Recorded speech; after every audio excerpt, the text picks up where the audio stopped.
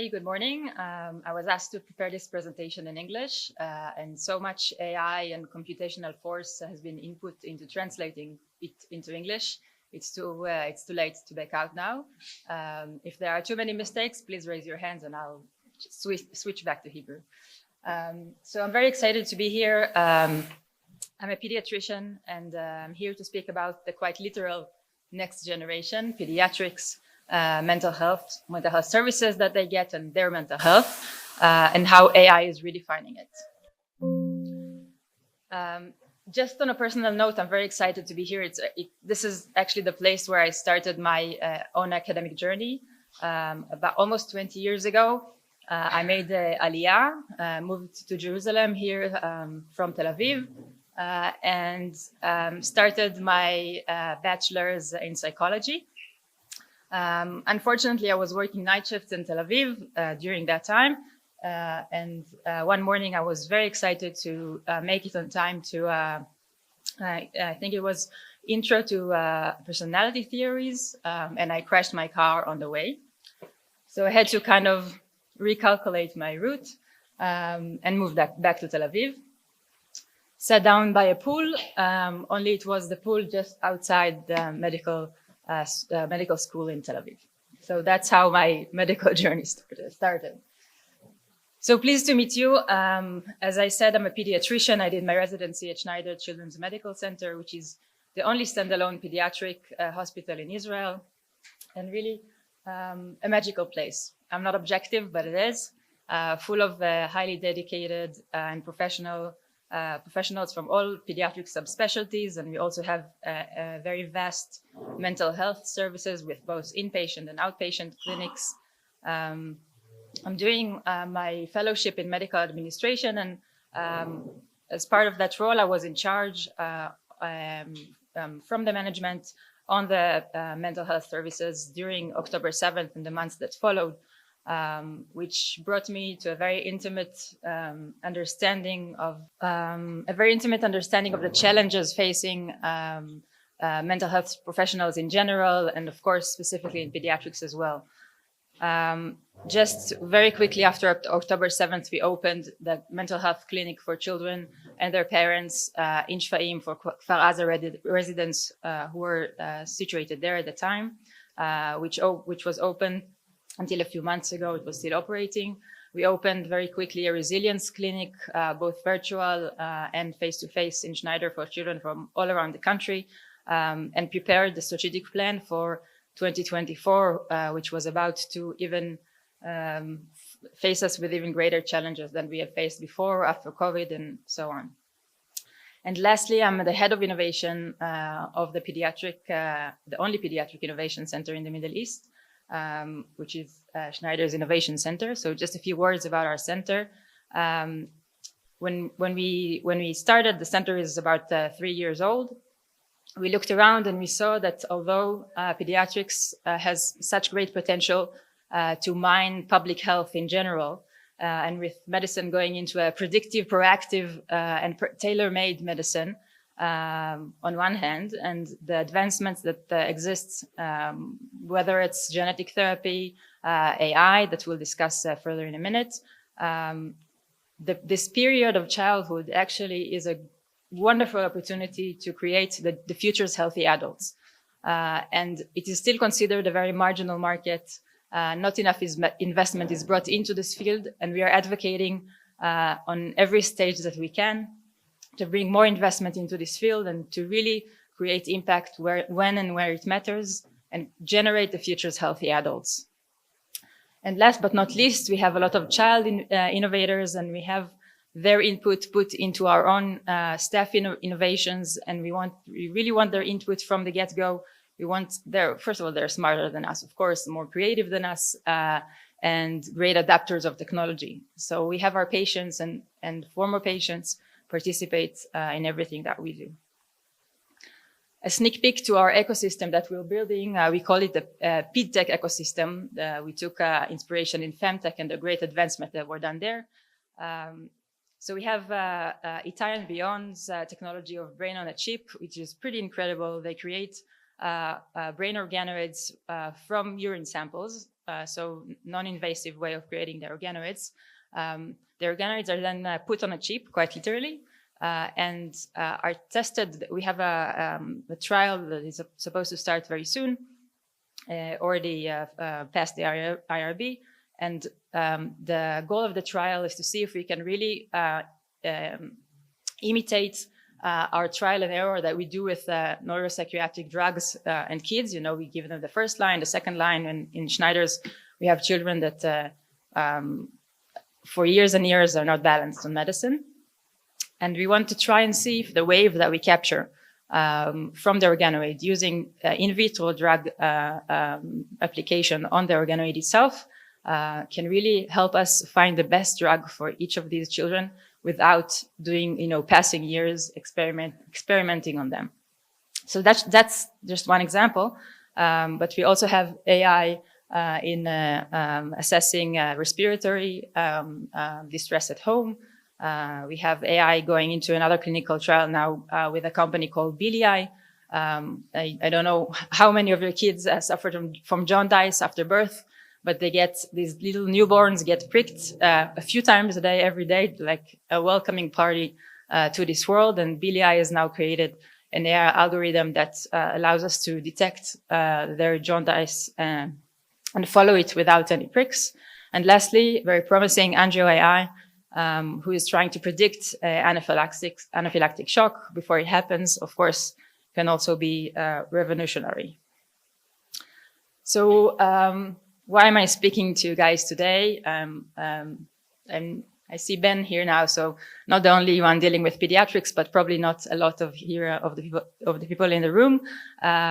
So just 3 concepts that I wanted to challenge today, and I'll talk about them from my angle, from my clinical angle. First of all, I want to discuss, do we need to redefine the word health when we talk about mental health? I mean, how do we define it for a generation that is living in constant climate anxiety, social withdrawal, and digital immersion? The other concept that I would like to challenge is what constitutes the mind. Is it what we get from the intake, from the therapeutical sessions, or is it actually a collection of these endless data streams that we get tracking so many different parameters that are available today? And lastly, we'll talk about AI integration, if that's even in our hands, or if that's even necessary when we talk about pediatric mental health services. And we'll do it through a few case studies that I'll share with you. So to get started, I just wanted to, I normally don't do it, but I wanted to share a quote with you. It's very contemporary. It's from a book that was lately published. And it goes like this. In the very year I was born, the southern basin of the Dead Sea dried up completely and effectively vanished from the landscape. And yet, I only became aware of this much later in life. That's because the Dead Sea continued to appear in its iconic form on the maps people drew. In the mental map, the Dead Sea never changed. The map of the Dead Sea serves as a powerful allegory for a mental map whose validity has long expired, yet still underpins many of today's discussions. But life, and its constant flux, invites us to draw new maps. What's needed is a contemporary understanding that identifies the forces at play in the present. Or in other words, like protagonists in a science fiction story who undergo physiological transformation after landing in a distant planet, we must recognize that we have become new people. And this is what I state. We are new people. And, well, we are our next generation. The children are already for sure new people. They grew up into a world of social media, which means every child lives through a few avatars in every social media, in every different platform. And in each of these platforms, they communicate differently with their peers. Whether it's when Instagram popped into our life through pictures and which changed our whole culture of traveling, of our everyday lives. If it's a child that published a certain picture for a certain person to see, it really changed the dynamics, and it keeps changing more and more.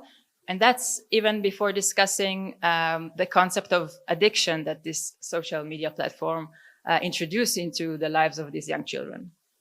The second thing is the digital immersion. And to be frank, most of our lives are run through documents, websites, through apps. I don't know about you guys, I'm useless. Without them, if I lose my phone or if I don't have access to my mail anymore, I will be in trouble. We really rely on them for our normal function. And lastly, truth and facts have become fluid. We are experiencing a world that might be quite different from the one our friends are experiencing, our colleagues are experiencing. We are exposed to truth and to news that algorithms decide what exactly we'll face and know. And we're not only new people, we're people in a new world. Every challenge that this new world brings also brings opportunities, like any challenge in life. So we live in a post-pandemic, but also what feels like a pre-pandemic world all the time now. And COVID-19 has brought to us social distancing and lockdown and forced vaccinations. But I might say that from our point of view, it also brought upon many new opportunities. I mean, virtual therapies and our ability to deliver medicine to far places has accelerated in a way that wouldn't have accelerated if it wasn't for COVID-19. And I must share that I met a physician from India a few years ago, and she actually stated that COVID-19 was and I don't know if you remember the horrific pictures from India during COVID, but she actually stated it's the best thing that happened to medicine in India in decades, because it converted so much of the medicine that we can give, whether it's mental health or other forms of subspecialties, through phones. And almost in every distance little village in India, people still have phones. So it really enabled us to deliver something that was unimaginable before. The second thing is, well, the globe is already warm. While we were growing up, this discussion about global warming was sometimes mocked, was sometimes considered this something in the future that might happen, might not happen. Today, children experience and are exposed to wildfires, to droughts. Last year, in the south of France, there was quota on water for filling their pools and watering their lawns. So things that were these nightmares and science fiction while we were growing up are things that children today are facing on a daily basis. Another thing is war. War has always defined the environment in which people are brought up in, but we are slowly parting away from the generation that went and suffered through World War II, a generation that really prioritized avoiding war at all costs. And now we are growing our children in a war zone, which of course deeply affects the way that they grow up. And I'll even mention it's an extreme point, but it did happen. November 2023, at Schneider, we received the children returnees from captivity. And speaking of New World, it was something unprecedented. We looked, while preparing to receive them, we humbly looked in the literature, looking for anything that can help us prepare. We built this huge team, multidisciplinary, many meetings and discussions about how to prepare for them best. And there was no literature to fall back on. And I'll just give an example of one of these children that came, a teenager. She came back, and the first day, as expected, she was quiet. She had her own room in the hospital. She stayed in a room. She didn't come out. And the second day, she asked us if it's okay that her friends will come over. We said, of course. And as they came, they did a TikTok dance and published it on TikTok. And the team, as every evening, did a debriefing and talked about the day. Someone raised the question, is this normal? What do you think? Is it normal? I don't know. It's a new world. I mean, it sounds extremely normal. It sounds very adaptive. It sounds amazing. But for sure, we cannot judge it by the old world state of mind. And lastly, AI. AI is expropriating intelligence. It's attacking our own professions, professions that were spared by the Industrial Revolution, that were considered protected. And suddenly, one of the first things that came into mind was, is it going to replace us? That's like one of the major discussions since AI broke into our lives. As I said before, we keep at Schneider's asking the children. We want to hear what they think. So let's see, what do they think about AI? I'm sorry, it's in Hebrew.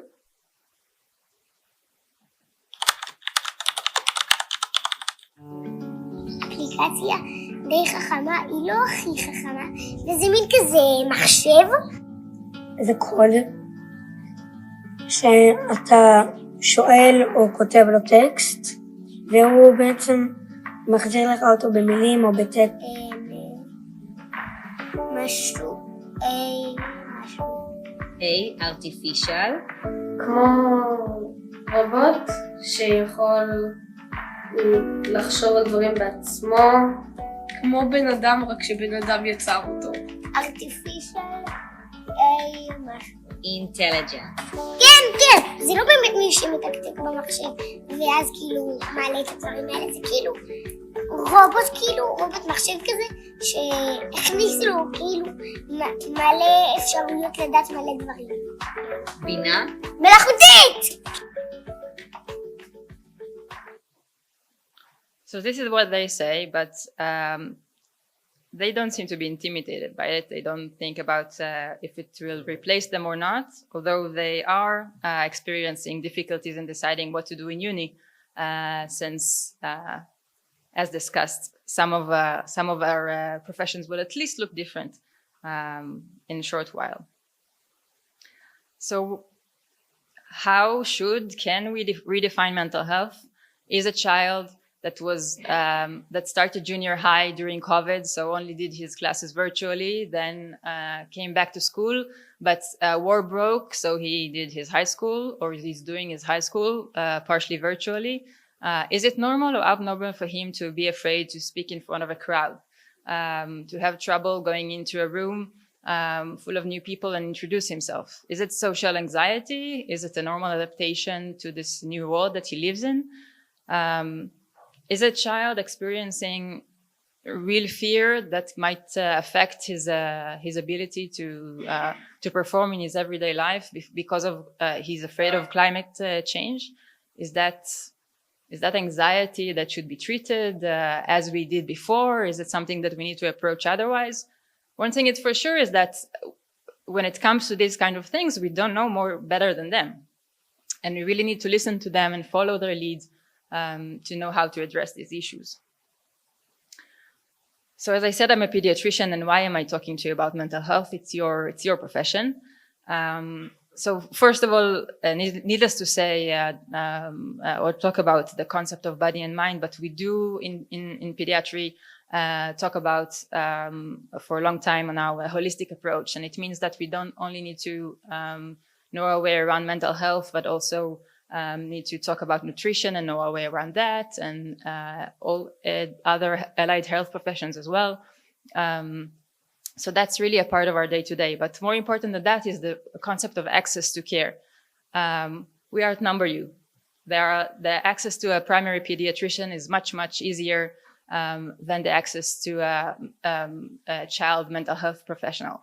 So we are there. We are at the forefront of this really overloaded system, and we are forced and we are willing to give the first, well, of course, to red flag and diagnose, but not diagnose that there is a problem that needs to be addressed to you guys, but also to give primary interventions. Professor Silvana Fenning, who up until recently was the head of our mental health services in Schneider's before Dr. Noah Ben Aroya took her place, was always talking about the importance of stepped care and how we cannot or mental health profession cannot monopolize and has to allow other caregivers to care for the children that they are capable of caring for. So shortly after October 7th, we were flooded by both by Clalit services, which of course services more than half of the population of Israel, and especially in the periphery. So during the war, had to address a lot of people in need. And we were asked to give some sort of a pamphlet, a solution, and help. How can we address this overload? So what we did really quickly after October 7th, we published a platform, an online platform for primary physicians, for primary pediatricians, to be able to give the first intervention when a child comes to them with something that is suspected, whether it's the complaints themselves are physical or emotional, but that the physician has in mind that there is a problem coming from a mental source here. So this platform really allows the pediatricians to give their first intervention, real intervention, what they should ask the parents, what to tell the parents, what they should tell the child. And it's all guided by Schneider's professionals. And this platform is being updated these days to be AI adaptable. So as I said, I would like to present a few cases. And I chose, from the topics in mental health that we deal with, I chose eating disorders, which is as all you know, has become a real pandemic itself. Actually, at a certain point last year, Schneider is a tertiary hospital. We treat children, the most severely ill children in Israel, organ transplant patients and oncology patients and so forth. And at a certain point, 10% of our inpatients were admitted due to eating disorders. This is really a number that was uncanny and really forced a different approach or being open to different tools to start and address this problem. So what are the gaps? What are the challenges and unmet needs that AI helps us or can help us address? Well, the first thing is the decreased engagement during adolescence. I don't know how many of you have or had children, but as a pediatrician in the clinic, when it comes to newborns or children starting their kindergarten, we see them, I don't want to exaggerate, but we might see them every other day in the beginning. We see them every few weeks. We know the families very well. We know the children very well. Well, we have a special connection with the children usually. But when they hit puberty, they disappear. They disappear and they come again for their tzav rishon to get assigned the documents, and then, they go to the army. So this decrease in touch points causes a huge and problematic decrease in data points. And that, of course, causes a very severe diagnostic challenge. We'll have a very serious talk about prediction in a few hours, but just a small example of what we are trying to do at Schneider's.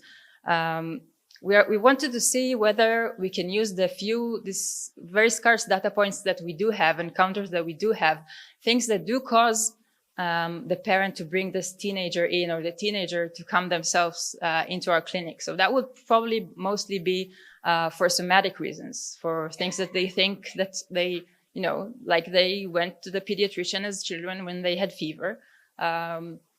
And we looked into the files of, as I said, Clalit insures more than 50% of the population. So we looked for the past 20 years, there were a little bit over 10,000 teenagers diagnosed with eating disorders as they were teenagers. Side point, 13% of these children were younger than 11 years. So not even teenagers yet. But we'll talk about the most part who are diagnosed while they are teenagers.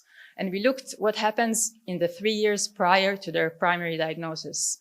And we only looked at primary care and admissions to hospital or ER. And we did find a few diagnoses, a few reasons that brought them into the clinic that showed a high odds ratio for them to get a diagnosis of eating disorders during these next 3 years. And in this list, there are things like constipation. This may seem irrelevant, but as I said, these children hardly come to the clinic. And a teenager that doesn't go to the toilet for a few days, usually won't come up to the clinic. It's something that should be a warning sign. And we gathered a few of these warning signs together, and we're trying to really create an algorithm that will red flag these kids to the pediatrician and create an algorithm for a protocol, what should be done in case a few of these red flags appear. And just to take this research who I'm doing with our Shlomit Yaron, Ronen Arbel, and Tali Shrazi from Klalit, we partnered with a company called Phase V. You might have heard of them because they recently closed their Round A series with $50 million that they raised. It's an Israeli startup, and they are set to really revolutionize clinical trials using adaptive clinical trials and using AI. So at the moment, this collaboration with them is set to really take this research forward and try to automatize our ability to detect these children, even from the very scarce data points that we have with them. Between these times that they come to the clinic, we have black holes. We don't know what's going on at home. We rely on the parents to give us the information, to tell us what has been going on from the last time we saw them. It's problematic when they're little children, but as I said, when it's teenagers and they rarely come, these black holes can last a year. And they're very problematic too. So this is another place that AI is very, very efficient. And I want to tell the story of On Mendelssohn. He's a parent of a child, a teenager, who was admitted to Schneider's with eating disorders. As a parent of a child with eating disorders, you have so much responsibility. The parents have a crucial role in managing these. They're really the primary caregivers, even taking the professional staff into account. And he felt he has had startups in the past, and he said, usually when I have this crucial role, I would have tools to deal with it. And he felt that he didn't. So he created an app.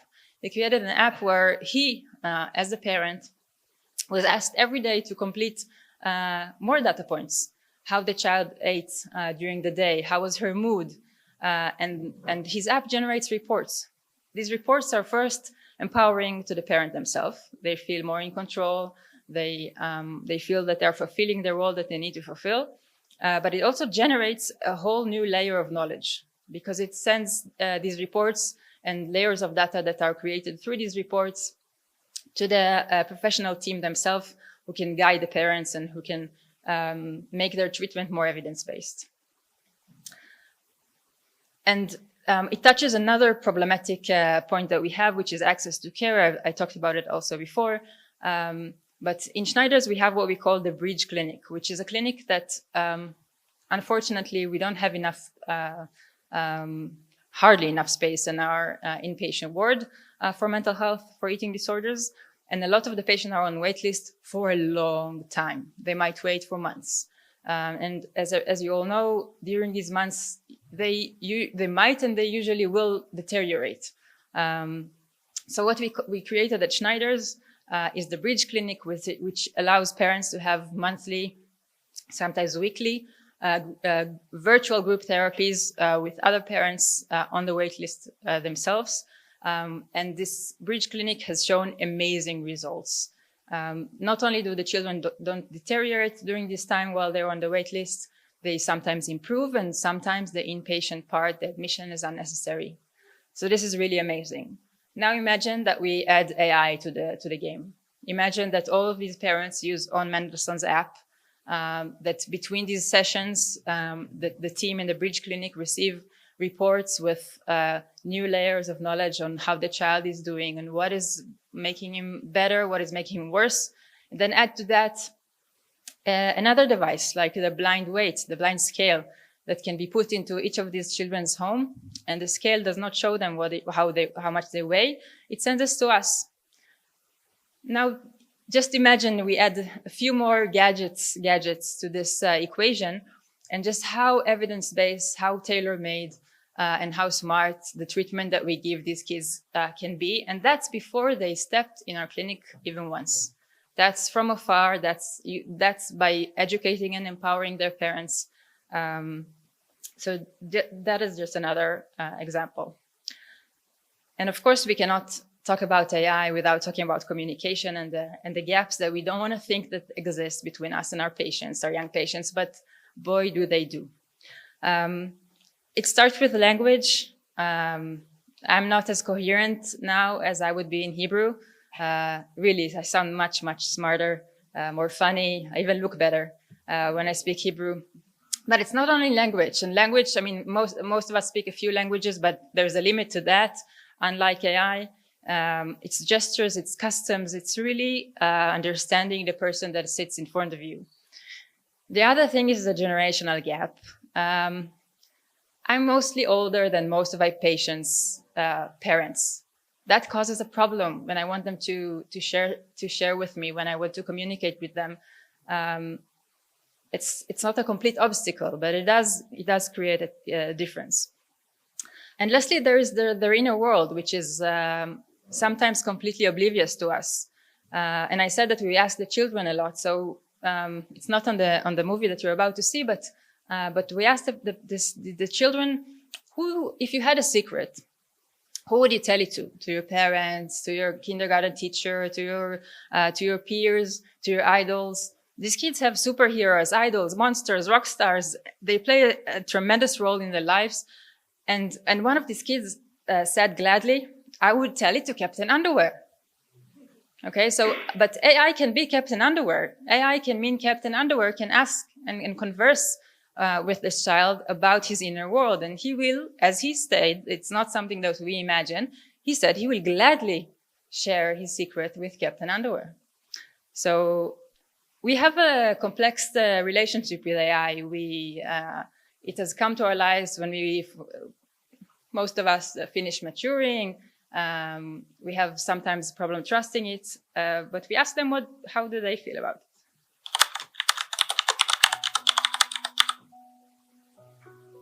אני אישית לא סומכת עליו, אני מאמינה בלבדוק אותו, לבקש ממנו את מקורות המידע שמהם הוא לקח, לבדוק אם הם אמינים.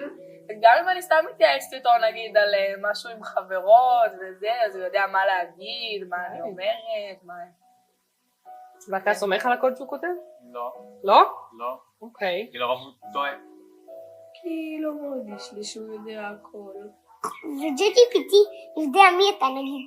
GPT באמת כבר יודע להכיר אותי ואת רודי. כשלפני שרציתי לשאול אתכם איזה משהו על המבחנים שלי בבית ספר ופחדתי שתכעסו עליי, ואז אמרתי לו איך אני מרגישה, ואז הוא אמר לי, תלמידה טובה, את לא צריכה להיות עצובה, את זה, הוא עודד אותי.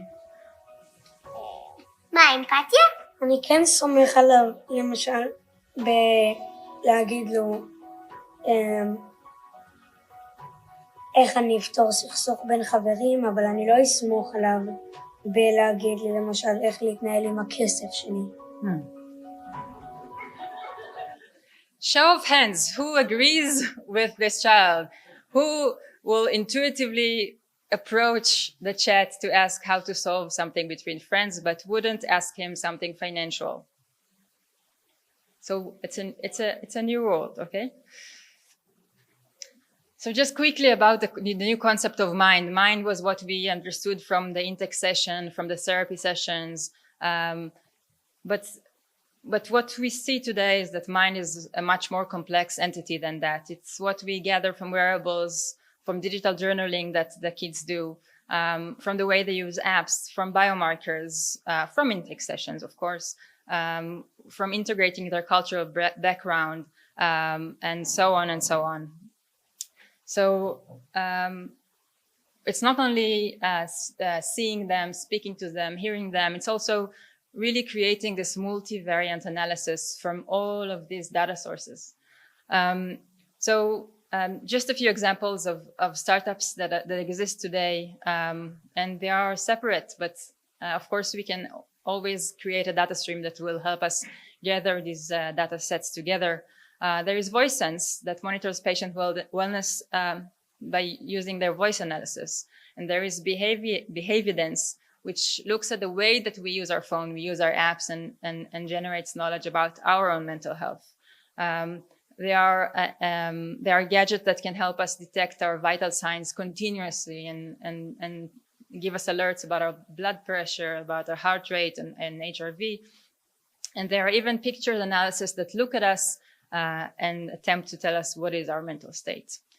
If you're interested to look more, there was this beautiful mapping done this year by Startup Nation Central, ICAR Group and Basel. They really looked at the entire startup map in Israel when it comes to mental health. And they did the mapping by managed care, self-care solutions, mental health research, and workflow automation. You can go in and you can really look, but the map is immense. It's huge. So going back to the question that really disrupted our lives a few years ago, is it a closed loop? Will it replace us? Are we the carpenters or the workers from the future, from the past, now going to be replaced by AI? Well, I state that it's not really relevant what we think, because we need to integrate something that needs integration. But AI, at the pace that it's developing, at the pace that people are using it freely and without instructions, very, very, very intuitively, we are forced, and we should regulate it in a way that will allow us some control of the situation. But integrating, it's being integrated. It integrates itself. I can easily imagine a world, well, around the corner where home monitoring consists of all the wearables and all the technologies that we just spoke about, where the patient themselves do the journaling at home, and thus really creating their EMRs at home, their electronic medical records, without black holes, continuous and subjective medical records that can interact with all these other things, because they don't suffer from the very problematic privacy issue that we as healthcare providers suffer from. They then, if they feel that there's a problem, can converse with a chatbot, which can easily triage them, as we saw. If it's a physical problem that they have, there are already home point of care tests that they can do, whether it's a urine exam at home or a CRP for infection. There are even automated prescriptions with the medicine being sent to the house. And whether it's the need for some kind of mental health service virtual therapies, as we just saw, and there are many, many more examples, this therapy can be given automatically at home. All this journey can be accompanied by a patient co-pilot. Microsoft is working a lot about the physician co-pilot, but in this reality, the one that needs the real co-pilot would be the patient, and there's a closed loop for you. So just to finish, AI, I just heard a very interesting lecture by the co-founder of Lemonade, the AI insurance company, who was talking about the fact that we cannot grasp how fast is exponentially developing. We just asked children, what do they think that will happen in 5 years with AI?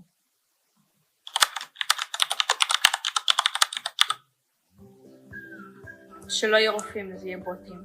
יכול להיות שאפשר להחליף חלק מתהליך רפואי ב-AI, כאילו, יכול להיות שבכל זאת אבחון ראשוני. פעם לא היה את זה, פעם אנשים לא היו עושים את זה. שאנשים הרבה פעמים נעזרים בו ולא ברופא אמיתי. אני מאמינה שהוא יצליח להציל הרבה חיים של אנשים ממקום רע, באמת להצליח לעודד אותם בתחושת הזדהות. So they think it will save a lot of lives. I don't know, we'll see. But it will integrate itself to wherever it will want to get it to. So thank you very much. I heard that you are getting into a different hospital in the center very easily for a lot of collaborations. We are just around the corner there, and we'd love for any other collaborations to come. Thank you very much.